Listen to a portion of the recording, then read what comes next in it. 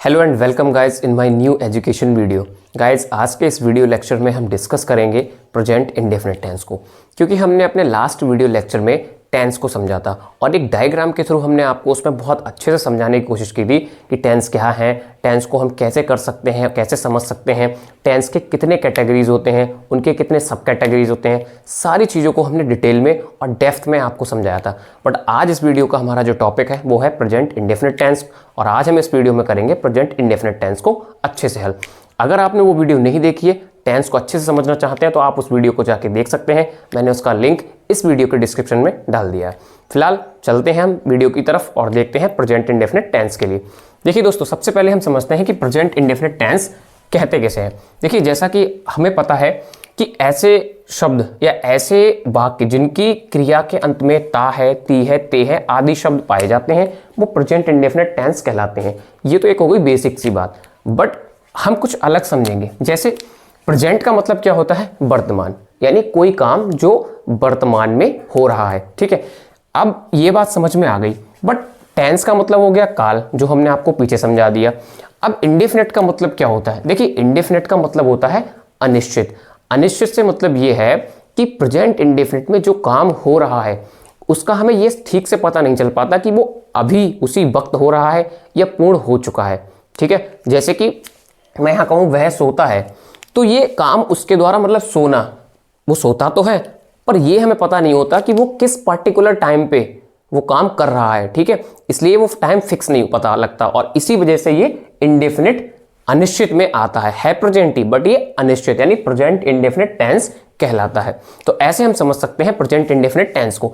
अब हम बात करते हैं इसको एक एक करके। देखिए, हमने आपको बताया था कि टेंस की कैटेगरी जो होती है वो तीन होती है: प्रेजेंट टेंस, पास्ट टेंस और फ्यूचर टेंस।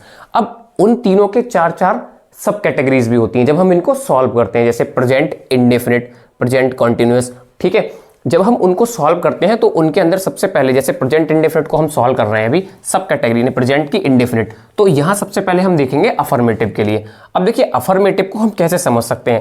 अगर अफर्मेटिव का मतलब होता है सिंपल सेंटेंस या साधारण वाक्य। ठीक है, देखिए इसका अगर हम समझें कि कोई जो वाक्य होता है जो हम करते हैं उसमें मेन तीन चीजें होती हैं: एक सब्जेक्ट यानी कर्ता, एक वर्ब एक क्रिया, और एक ऑब्जेक्ट यानी कर्म।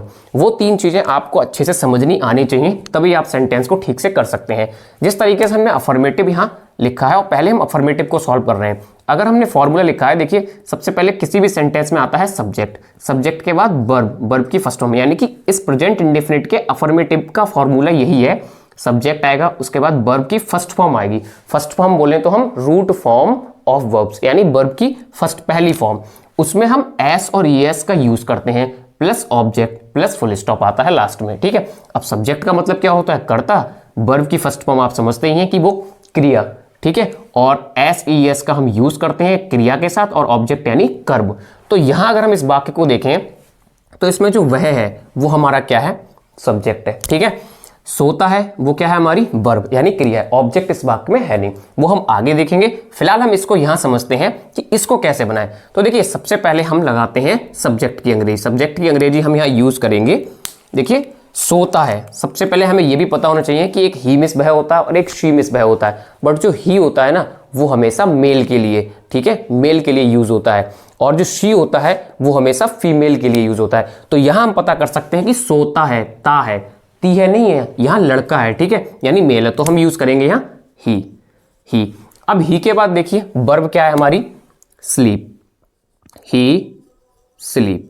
ठीक है, ये नॉर्मल सेंटेंस बन गया। लेकिन अब यहां बात आती है एस और ईएस की, कि हम कैसे समझे कि हमें कहां एस लगानी है और कहां किस वर्ब में हमें ईएस लगानी है। तो देखिए, इसका सिंपल सा एक फंडा ये है, पहले आप मेरी बात को बड़ा गौर से समझिएगा। जो एस और ईएस है ना, वो दोनों ही सिंगुलर प्रोनाउन के साथ, मतलब सिंगुलर प्रोनाउन की वर्ब के साथ यूज की जाती हैं, पहली बात। ठीक है, कभी भी ये प्लूरल प्रोनाउन के जो वर्ब होगी उनके साथ यूज नहीं होगी। क्या? एस और ईएस, पहली बात। दूसरी बात ये है कि जो भी एस या ईएस है, इसमें हमें समझना है कि एस कहां लगाते हैं और ईएस कहां लगाते हैं। देखिए, यहां हमने लिखा है ईएस, और हमने ये कुछ 6 वर्ड लिखे हैं, जैसे O, Z, S, C H, S H और एक्स। कहने का मतलब ये है कि जिन वर्ब के लास्ट का जो शब्द होगा, जो वर्ड होगा, वो अगर ये Z, S, C H, S H, O या एक्स है, तो हम वहां ईएस का यूज करेंगे। ठीक है, और इन 6 के अलावा अगर कुछ और है लास्ट वर्ड तो हम एस का यूज करेंगे। जैसे आप यहां देख सकते हैं, यहां स्लीप में लास्ट वर्ड क्या है, पी। क्या उन 6 में से कोई वर्ड है? नहीं है। जब नहीं है तो हम यहां नॉर्मल एस का यूज करेंगे, ही स्लीप्स। ठीक है, इस तरीके से ये वाक्य हमारा कंप्लीट हो गया। अब हम देखते हैं नेक्स्ट वाक्य। देखिए, जैसे मैंने एक वाक्य लिखा कि वह खाना बनाती है। अब यहां हमें पहले समझना है कि देखिए, सब्जेक्ट हमारा क्या है, सब्जेक्ट वह है, वर्ब क्या है हमारी, बनाती है। ठीक है, और ऑब्जेक्ट क्या है हमारा, खाना। ठीक है, ये समझ लिया हमने। अब हम देखिए, वह, यहां वह लड़का था क्योंकि ता है, यहां है ती है, तो ती है से हम समझ सकते हैं कि ये लड़की है, तो लड़की के लिए हम शी का यूज करेंगे। शी के बाद खाना बनाती, बनाती की क्या होती है, मेक, यानी कि मेक। अब मेक का लास्ट लेटर देखिए क्या है, ई। क्या उन 6 में से कोई है? नहीं है। जब नहीं है तो हम वहां केवल नॉर्मल एस का यूज करेंगे, शी मेक्स फूड। ठीक है, शी मेक्स फूड या द फूड भी लग सकता है। ठीक है, फिलहाल ये सेंटेंस कंप्लीट हो गया। तो इस तरीके से हम एस ई एस का यूज रूट फॉर्म में, ठीक है, कर सकते हैं। वर्ब की जो रूट फॉर्म है उसमें हम लगा सकते हैं। अब हम एक बात और समझते हैं। जैसे मैंने यहां लिखा दोस्तों, मैंने यहां लिखा बे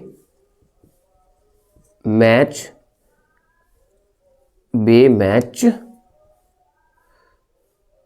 खेलते हैं। ठीक है, अब यहां आप देखेंगे कि ये जो वे लिखा हुआ है ना, ये क्या है, ये हमारा प्लूरल प्रोनाउन है। तो प्लूरल प्रोनाउन के वर्ब के साथ हम कोई भी एस या ईएस का यूज नहीं करते हैं। तो यहां सीधा हम बिना एस और ईएस के इस वाक्य को बनाएंगे। ठीक है, अब प्लूरल प्रोनाउन कौन से होते हैं, जैसे आई, वी, यू, दे। ठीक है, या वन मोर। वन मोर का मतलब होता है जैसा कि हम आपको बता दें, जो नेम है ना, किसी का भी नाम है, वो एक सिंगुलर प्रोनाउन में ही हम यूज करते हैं। नेम तो वैसे नाउन हो गया, बट जैसे नेम है किसी का, राम है, अगर राम की जगह हम प्रोनाउन यूज करेंगे तो क्या, ही तो यूज करेंगे क्योंकि वो मेल है।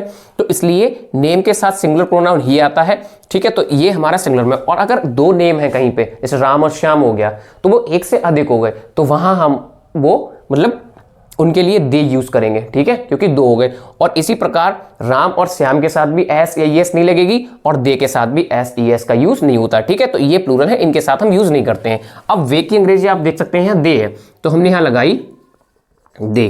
ठीक है, वर्ब हमारी प्ले है, तो दे प्ले द, ऑब्जेक्ट क्या है, मैच। ये इस तरीके से हमने सॉल्व कर लिया और ये सेंटेंस बन गया। तो ये तो हो गई बेसिक सी बात की अफर्मेटिव। अब अफर्मेटिव में एक छोटी सी बात और ध्यान रखिएगा कि इन सेंटेंस में, प्रेजेंट इंडेफिनिट में, कभी कभी आदत को भी दिखाया जाता है, यानी हैबिचुअल एक्शन, जो हैबिचुअल फैक्ट होते हैं वो भी आ जाते हैं। जैसे मैं कहूं कुत्ते भौंका करते हैं, तो यहां भी आप देखेंगे ता है, ती है, ते है, इस तरीके के वर्ड आपको मिलेंगे। जैसे मैंने यहां लिख दिया, यहां लिखा मैंने कुत्ते भौंका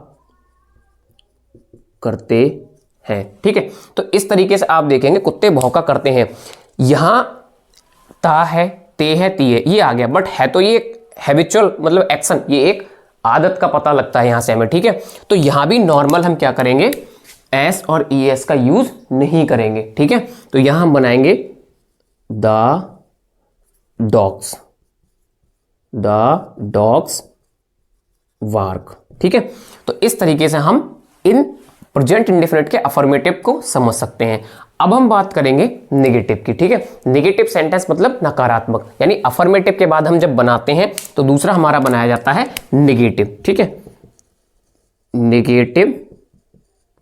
ठीक है, अब हम नेगेटिव को बनाना सीखेंगे। देखिए, नेगेटिव को इसी प्रकार अगर हम इसका भी फॉर्मूला देखें, तो अगर हम फॉर्मूला बनाने की कोशिश करें तो फॉर्मूला बना सकते हैं। सबसे पहले सब्जेक्ट आएगा, सब्जेक्ट के बाद डू या डज आएगा, उसके बाद वर्ब की फर्स्ट फॉर्म आएगी। ठीक है, वर्ब की फर्स्ट फॉर्म, उसके बाद में हमारे ऑब्जेक्ट आएगा, और उसके बाद में फुल स्टॉप आएगा। अब यहां से एक चीज समझने वाली बात ये, देखिए दोस्तों, हमने यहां लिखा था वर्ब की फर्स्ट फॉर्म यानी रूट फॉर्म में एस या ईएस का यूज करते हैं। जैसे ही नेगेटिव सिंगल या डबल इंटेरोगेटिव आना शुरू होता है तो वहां फिर एस और ईएस का काम खत्म हो जाता है, वहां एस और ईएस नहीं लगती है। ठीक है, पहली बेसिक बात ये हो गई। सेकंड बात ये है कि जैसे ही नेगेटिव सिंगल या डबल इंटेरोगेटिव वाक्य शुरू होते हैं तो वहां डू डज का यूज होना शुरू हो जाता है। अब डू और डज को हम समझें कि कहां हम डज कहां डू का यूज करेंगे। तो देखिए यहां हमने लिखा है कि ही शी इट नेम, ये हमारे हैं सिंगुलर प्रोनाउन, तो इनके साथ हम डज का यूज करेंगे, ठीक है। और ये आई वी यू दे, ये है हमारे प्लूरल प्रोनाउन, तो इनके साथ हम हमेशा डू का यूज करेंगे, ठीक है। चलिए अब हम कुछ वाक्य लेते हैं और समझते हैं। जैसे हमने यहां वाक्य लिखा कि मोहन बाजार नहीं जाता है, मोहन बाजार नहीं जाता है, ठीक है। तो अब यहां देखिए सबसे पहले हमें वही सब्जेक्ट यानी मोहन हो गया हमारा, जाता है क्या, ये हमारी मेन वर्ब हो गई, और बाजार ये हमारा ऑब्जेक्ट हो गया। नहीं को हम नॉट से लगाएंगे, ठीक है। सॉरी यहां पे मैं आपको बताना चाहूंगा कि डू डज के बाद नॉट रह गया, ठीक है। प्लस का हम नॉट का भी यूज करेंगे, यानी subject plus do does plus not plus verb की फर्स्ट फॉर्म प्लस ऑब्जेक्ट, इस तरीके से ये फॉर्मूल बनेगा। अब देखिए मोहन की अंग्रेजी हम लगाएंगे यहां मोहन, ठीक है। मोहन के बाद हम क्या करेंगे, मोहन को हम पहले चेक करेंगे कि मोहन क्या है, सिंगुलर है प्लूरल। तो हमने अभी आपको बताया कि किसी का नाम अगर एक व्यक्ति है, किसी भी सेंटेंस में एक व्यक्ति है, एक पशु है, एक पक्षी, एक जानवर, मतलब कोई भी एक चीज है, तो वो हमारी सिंगुलर में आती है, यानी सिंगुलर यानी नेम यानी डज लगाएंगे हम। तो मोहन डज, मोहन डज। उसके बाद हम नॉट का यूज करेंगे, फॉर्मूले के साथ आप चलिएगा, बिल्कुल गलती होने का कोई चांस है ही नहीं। सब्जेक्ट के बाद डू डज हमने लगा दिया, फिर नॉट लगा दिया, वर्ब की फर्स्ट फॉर्म यानी रूट फॉर्म, तो जाना की क्या होती है, गो, गो, ठीक है। गो टू मार्केट, इस तरीके से हम निगेटिव को बना सकते हैं कि Mohan does not go to market. अब हम एक और सेंटेंस लेते हैं, जैसे वे स्कूल से नहीं आते हैं। अब यहां आप देखिए, देखिए वे क्या है, हमारा प्लूरल प्रोनाउन है, इसके लिए हम दे का यूज करेंगे। दे के साथ हम क्या लगाएंगे, डू, हमने यहां लगा दिया डू, डू के साथ हम नॉट का यूज करेंगे, दे डू नॉट। फिर हमारी वर्ब, वर्ब की रूट फॉर्म यानी कम, कम की फर्स्ट फॉर्म कम ही होती है, कम। अब कम के साथ हम लगाते हैं फ्रॉम, फ्रॉम स्कूल, ठीक है, यानी they do not come from school. तो इस तरीके से हम कर सकते हैं। एक वाक्य और लेते हैं, जैसे मैं यहां लिखता हूं तुम खाना नहीं खाते हो, ठीक है। तो यहां देखिए तुम की अंग्रेजी क्या होगी, यू, हम यहां यू लगाएंगे। अब यू हमारा क्या है, प्लूरल प्रोनाउन है, तो प्लूरल के साथ हम डू का यूज करेंगे, यू डू नॉट, ठीक है। खाते यानी मेन वर्ब की first form eat, eat the food, इस तरीके से हम बना सकते हैं। अब ये सिंगुलर या प्लूरल प्रोनाउन है, अगर आप इनको चाहेंगे तो इनको और डिटेल में पढ़ेंगे तो ये आपको फर्स्ट पर्सन, सेकंड पर्सन और थर्ड पर्सन में भी डिवाइड होते हैं, बट वो थोड़ी अच्छे लेवल की बात होती है, जैसे डायरेक्ट इनडायरेक्ट में इनका यूज होता है तब आती हैं। यहां हम बेसिक चीजों में पढ़ रहे हैं तो इनको हम सिंगुलर और प्लूरल दो जगह ही पढ़ सकते हैं, ठीक है। तो इस तरीके से हम अफर्मेटिव और निगेटिव को मतलब बनाना सीख सकते हैं टेंस को। अब इसके बाद आता है नेक्स्ट इंटेरोगेटिव। अब हम समझते हैं इंटेरोगेटिव के लिए। देखिए इंटेरोगेटिव का मतलब क्या होता है, इंटेरोगेटिव का मतलब होता है प्रश्नवाचक वाक्य।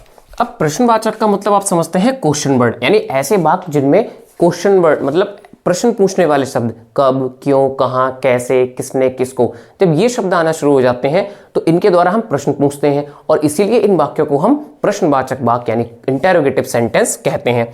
अब देखिए इंटेरोगेटिव सेंटेंस को समझने के भी दो तरीके, क्योंकि इसमें क्या होता है, जैसे क्या है तो हमारा एक क्वेश्चन वर्ड ही, प्रश्न पूछने वाला शब्द, उसकी अंग्रेजी भी व्हाट होती है, बट कुछ वाक्यों में क्या पहले आता है, जैसे क्या मैं अपना पाठ याद करता हूं, तो वहां हम अंग्रेजी तो नहीं लगाते हैं, वहां हम उसका क्या करते हैं, डू या डज यानी मेन हेल्पिंग वर्ब से उसको बना देते हैं। हालांकि इसको कुछ लोग सिंगल इंटेरोगेटिव और कुछ लोग डबल इंटेरोगेटिव के नाम से बनवाते हैं, वो चीज ठीक है, बट मैं आपको थोड़ा डिटेल में बताऊंगा। जैसे यहां मैंने देखिए दोस्तों, यहां मैं एक वाक्य लिख रहा हूं, क्या मैं अपना पाठ याद करता हूं। पहले इसका हम थोड़ा सा फॉर्मूला देख लेते हैं। देखिए फॉर्मूला अगर हम देखेंगे इसका तो बनेगा डू या डज, ठीक है, plus subject plus not plus verb की first form plus object plus question mark. ये आप ध्यान रखिए, जितने भी क्वेश्चन वर्ड वाले वाक्य होते हैं, जितने भी इंटेरोगेटिव सेंटेंस हैं, उनमें लास्ट में क्वेश्चन मार्क लगाना बहुत जरूरी होता है। अगर आपने क्वेश्चन मार्क नहीं लगाया, वाक्य आपका जो सेंटेंस वो पूरा सही है फिर भी गलत माना जाएगा, क्योंकि इसकी बहुत ज्यादा वैल्यू होती है। अब देखिए ये वाक्य मैंने लिखा यहाँ, क्या मैं अपना पाठ याद करता हूं, यही सेम वाक्य मैं यहां लिखता हूं, ठीक है। मैं अपना पाठ क्यों याद करता हूं। अब आप यहां देखते हैं कि यहां हम क्या करेंगे, क्योंकि अंग्रेजी पहले लगाएंगे, जबकि क्या की अंग्रेजी होती है, बट हम यहां क्या की इंग्लिश व्हाट नहीं लगाएंगे, हम यहां डू डस से। देखिए डिफरेंस क्या होता है, इंटेरोगेटिव सेंटेंस में जब हम जिस वाक्यों में क्या आता है पहले, जैसे क्या मैं अपना पाठ याद करता हूं, तो जहां क्या आता है वहां हम आंसर हाँ और ना दोनों में दे सकते हैं। मैं अपना पाठ याद करता हूं, ठीक है, तो हाँ करता हूं, और मैं ये भी कह सकता हूं नहीं करता हूं। यानी जब हाँ और ना दोनों में आंसर दिया जा सके, ठीक है, और क्या पहले हो, तो हम उस सेंटेंस के अनुसार और उसके सब्जेक्ट के अनुसार उसकी हेल्पिंग वर्ब लगाकर उस वाक्य को बनाते हैं, इसीलिए उसे हम सिंगल इंटेरोगेटिव कहते हैं। बट जहां बीच में क्वेश्चन वर्ड आता है, जैसे मैं अपना पाठ क्यों याद करता हूं, मुझसे ये बात कोई पूछे तो मैं उससे यहां इस बात का जवाब ना में नहीं दे सकता, उसको हाँ में हमें बताना पड़ेगा कि भाई मैं क्यों करता हूं, मैं पढ़ने के लिए, होशियार होने के लिए या एग्जाम में पास होने के लिए करता हूं। इसका नकारात्मक नेगेटिव आंसर नहीं है, नहीं दे सकते हम, तो इसलिए यहां पे हम क्यों की अंग्रेजी पहले लगाते हैं, जिसे हम क्वेश्चन वर्ड बोलते हैं, तब जाके डू डज लगाते हैं, फिर सब्जेक्ट, फिर नॉट, फिर वर्ब की फर्स्ट फॉर्म, फिर ऑब्जेक्ट, फिर क्वेश्चन मार्क। तो यही डिफरेंस होता है, इसीलिए यहां हम डू डज से बनाते हैं और यहां हम पहले उसकी अंग्रेजी लगाते हैं। जैसे देखिए अगर इस वाक्य को हम बनाएं, क्या मैं अपना पाठ याद करता हूं, तो देखिए क्या की अंग्रेजी हम यहाँ व्हाट नहीं, यहां हम डू डज लगाएंगे, किसके अनुसार, सब्जेक्ट के अनुसार। सब्जेक्ट हमारा क्या है, प्लूरल, यानी आई, तो आई से पहले हमें यहां पे देना पड़ेगा क्या, डू, यानी डू आई, उसके बाद याद करता हूं, इसकी अंग्रेजी क्या होगी, लर्न, LEARN, लर्न, ठीक है। फिर होगा अपने की अंग्रेजी, यानी ये पॉजेसिव है, यानी अपने की अंग्रेजी हम किसके अनुसार लगाएंगे, मैं के अनुसार। अब मैं की जो अंग्रेजी होती है अपने की, पॉजेसिव केस होता है, वो होता है माई, ठीक है, यानी माई लेसन, ठीक है, यानी क्वेश्चन मार्क लगाएंगे, do I learn my lesson, क्या मैं अपना पाठ याद करता हूं। अगर हम इसको यहां बनाएंगे तो देखिए क्योंकि अंग्रेजी सबसे पहले हम लगाएंगे वाई, ठीक है, वाई के साथ फिर देखिए आई हमारा प्लूरल है तो हम यहां डू लगाएंगे, वाई डू, फिर आई लगाएंगे, वाई डू आई, फिर LEARN, लर्न, अपने की अंग्रेजी मैं के अनुसार क्या होगी, माई, ठीक है, उसके बाद लेसन, ठीक है। तो इस तरीके से हम सिंगल और डबल इंटेरोगेटिव को समझ सकते हैं। अब बात देखिए सिंगल और डबल में क्या होता है, ये जो क्या वाले हैं या बीच में कोई क्वेश्चन वर्ड आता है, इन वाक्यों में कहीं पे नॉट आती है, कहीं पे नहीं आती है, तो ये वहां सिचुएशन के अनुसार, अगर है तो आप उसकी अंग्रेजी दे सकते हैं और नहीं है तो आप नहीं देंगे, लेकिन जब होगी तो हमेशा ध्यान रखिएगा कि जो सब्जेक्ट होगा ना उसके जस्ट बाद देनी है तुरंत, ठीक है, ऐसा नहीं है कि इधर उधर हमें लगानी पड़े। जैसे मैं एक वाक्य और लिखता हूं, मैं लिख रहा हूं यहां, जैसे क्या वह स्कूल नहीं जाती है, ठीक है, क्या वह स्कूल नहीं जाती है। तो यहां हम देखिए कैसे बनाएंगे इसको, सबसे पहले हम देखेंगे वह, अब इसका आंसर हम हाँ और ना में दे सकते हैं, क्या वह स्कूल नहीं जाती है, हाँ नहीं, मतलब दोनों आंसर हो सकते हैं, तो इसलिए हम यहां हेल्पिंग वर्ब का यूज करेंगे, यहां हम व्हाट की अंग्रेजी नहीं लगाएंगे, ठीक है। तो देखिए जैसे मैं लिखता हूं यहां कि ही यानी शी, यहां पे हम लगाएंगे शी क्योंकि लड़की है, जाती है, ठीक है, तो सबसे पहले शी और सी के अनुसार हम क्या लगाएंगे यहां पे, डज, ठीक है, डज शी, फिर हम तुरंत उसके बाद सब्जेक्ट के बाद not, does she not go to school और क्वेश्चन मार्क। और ये बात भी ध्यान रखना कि एस का यूज केवल अफर्मेटिव में, ना नेगेटिव में, ना किसी इंटेरोगेटिव वाक्य में होता है, ये चीज भी आपको साथ साथ याद रखनी है, वरना फिर गलतियां हो सकती हैं। अब वही हम नेक्स्ट लिखते हैं अगला वाक्य, तुम क्या खाते हो, ठीक है, तो तुम क्या खाते हो। अब यहां देखो, अब यहां हमने क्या लिखा बीच में, लेकिन इस वाक्य का हम आंसर ना में नहीं दे सकते, हमें बताना ही पड़ेगा कि हम क्या खाते हैं, तो इसलिए बस यही फर्क है। तो यहां हम व्हाट लगाएंगे पहले, यहां डू डज का नहीं, यहां व्हाट से करेंगे हम, क्योंकि ये मेन क्वेश्चन वर्ड आ गया, नहीं व्हाट। अब यू क्या है हमारा, प्लूरल है तो प्लूरल के साथ हम डू लगाएंगे, तो व्हाट डू यू ईट। ठीक है, ऑब्जेक्ट हमारा इसमें है नहीं, क्वेश्चन मार्क लगा के इसको हम क्लोज कर देंगे। नेक्स्ट हम देखते हैं जैसे नॉट वाला वाक्य, किसी में नॉट आ जाए, जैसे मैंने यहां लिखा